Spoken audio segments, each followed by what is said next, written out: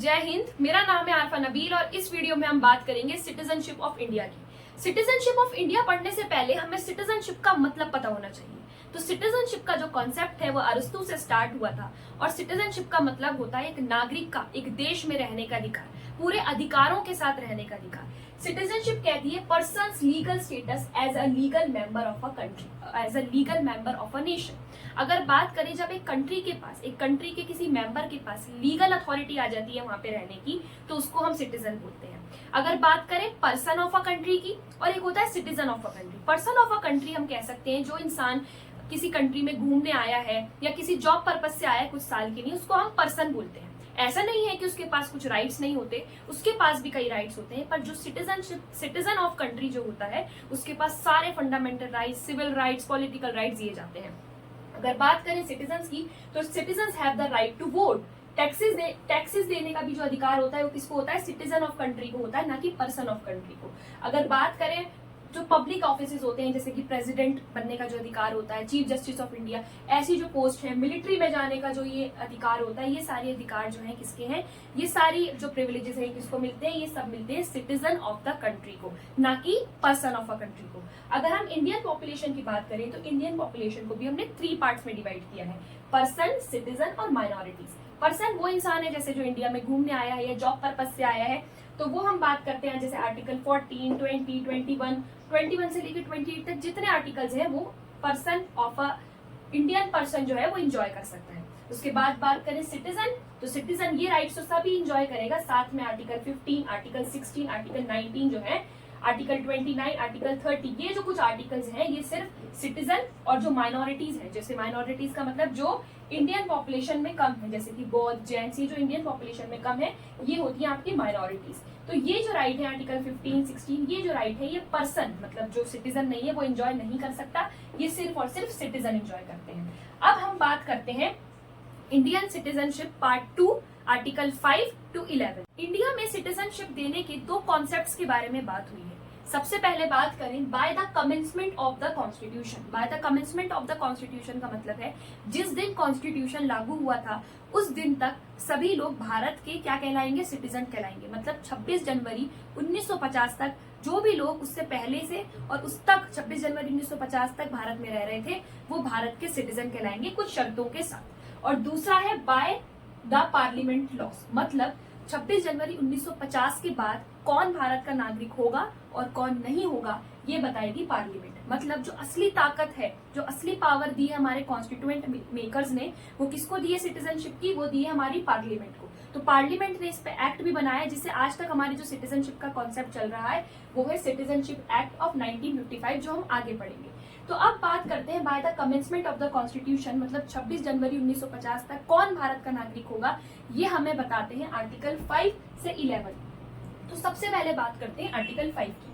Article 5 ये कहता है कि वो इंसान, वो नागरिक होगा भारत का जिसका डोमिसाइल इन इंडिया होगा, मतलब इंडिया में कोई उसका परमानेंट एड्रेस होगा, परमानेंट रेसिडेंस होगा और वो इंडिया में इस इंटेंशन से रह रहा होगा जो इंडिया में ही की वो आगे से इंडिया में ही रहना चाहता है, उसको हम बोलेंगे इंडियन सिटीजन। और इनमें से एक शर्त वो पूरी कर रहा हो, मतलब पहली शर्त क्या है? डोमिसाइल इन इंडिया हो, इंडिया में उसका कोई घर हो, इंडिया में उस इंटेंशन से रह रहा हो कि उसको इंडिया में ही रहना है। जैसे कि अगर मान लीजिए कि वो 4-5 साल के लिए कहीं जॉब पर जाए तो हम ये नहीं कह सकते कि वो श्रीलंका जो है या फिर कोई भी अमेरिका उसका डोमिसाइल हो गया। डोमिसाइल तो उसका क्या रहेगा? इंडिया ही रहेगा। उसके बाद बात करें इंडिया, इनमें से तीनों में से एक शर्त उसको पूरी करनी है, जैसे कि वो या तो इंडिया में पैदा हुआ हो या फिर आइदर ऑफ हिज पेरेंट, उसका कोई पेरेंट जो है इंडिया में पैदा हुआ हो, या फिर ऑर्डिनरी रेसिडेंट इंडिया में वो 1950 से पहले से रह रहा हो, मतलब 26 जनवरी 1950 के 5 साल पहले से या उससे भी पहले से इंडिया में रह रहा हो। तो इनमें से 3 शर्तों में से एक शर्त पूरी करते हो, डोमिसाइल इन इंडिया हो, तो वो इंडियन सिटीजन कहलाए। आर्टिकल 6 उन लोगों को सिटीजनशिप देने की बात करता है जो पाकिस्तान से इंडिया गए थे, मतलब जब इंडिया डिवाइड नहीं हुआ था, जब पार्टीशन नहीं हुआ था, तो मान लीजिए कोई इंसान कराची में रहता था और कराची किसका पार्ट था? पहले इंडिया का ही पार्ट था। तो अब उस कराची में रहने वाले इंसान को ये लगता है कि वो दोबारा इंडिया जाना चाहता है, 19 जुलाई 1948 से पहले लगता है या फिर 19 जुलाई 1948 के बाद लगता है, पर 1950 से पहले की डेट होनी चाहिए, ये बात फिक्स है। ठीक है। तो यहाँ पे हम ये देखते हैं कि जो लोग 19 जुलाई 1948 से पहले इंडिया आए हैं और वो 2 शर्तें पूरी करते हैं तो वो इंडियन सिटीजन बन जाते हैं। पहली शर्त ये है कि या तो वो इंसान या उसके कोई ग्रैंड पेरेंट्स या उसका कोई भी पेरेंट या उसका कोई ग्रैंड पेरेंट अनडिवाइडेड इंडिया में पैदा हुआ है तो उसको सिटीजनशिप मिल जाएगी। साथ में जब से वो इंडिया में आया है, जब से वो इंडिया माइग्रेट करा है, तब से इंडिया में ही रह रहा है। तो ये 2 कंडीशंस हैं जो बिफोर 19 जुलाई 1948 से पहले इंडिया आया है।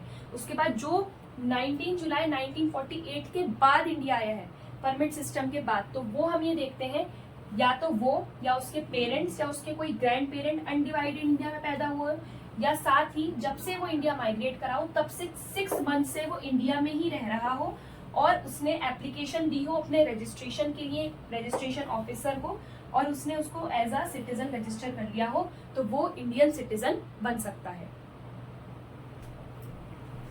आर्टिकल 7 उन लोगों को सिटीजनशिप देने की बात करता है जो 1 मार्च 1947 के बाद इंडिया से पाकिस्तान गए, फिर दोबारा पाकिस्तान से इंडिया आए, तो इन लोगों को भी इंडिया सिटीजनशिप दे रहा था अगर वो कुछ ही कंडीशंस पूरी करें। पहली कंडीशन ये थी कि वो इंडिया में रिटर्न करें अंडर परमिट सिस्टम, मतलब जो परमिट सिस्टम है उसी के अंदर वो इंडिया में वापस आए हों। दूसरा, या तो वो इंडिविजुअल या उसके पेरेंट्स या उनका कोई ग्रैंड पेरेंट इंडिया में पैदा हुआ हो, जब से वो इंडिया माइग्रेट करे हैं तब से वो 6 मंथ से कम इंडिया में रह रहे हो और उन्होंने एप्लीकेशन दे रखी हो अपने रजिस्ट्रेशन के लिए और ऑफिसर ने उनको एज अ सिटीजन जो है रजिस्टर्ड कर लिया है, तो उनको इंडियन सिटीजनशिप दे दी जाएगी अंडर आर्टिकल 7। उसके बाद आर्टिकल 8 उन लोगों की बात करता है जो इंडिया ओरिजिन के तो है, इंडियन ओरिजिन के तो है, पर वो बाहर रह रहे हैं। कहाँ पर? जैसे अमेरिका रह रहे हैं, एजुकेशनल पर्पज से वो कहीं बाहर रह रहे हैं, आउटसाइड इंडिया रह रहे हैं, तो उनको आर्टिकल 8 जो है सिटीजनशिप देने की बात करता है अगर वो या उनके पेरेंट्स या उनके कोई ग्रैंड पेरेंट्स अनडिवाइडेड इंडिया में पैदा हुए हों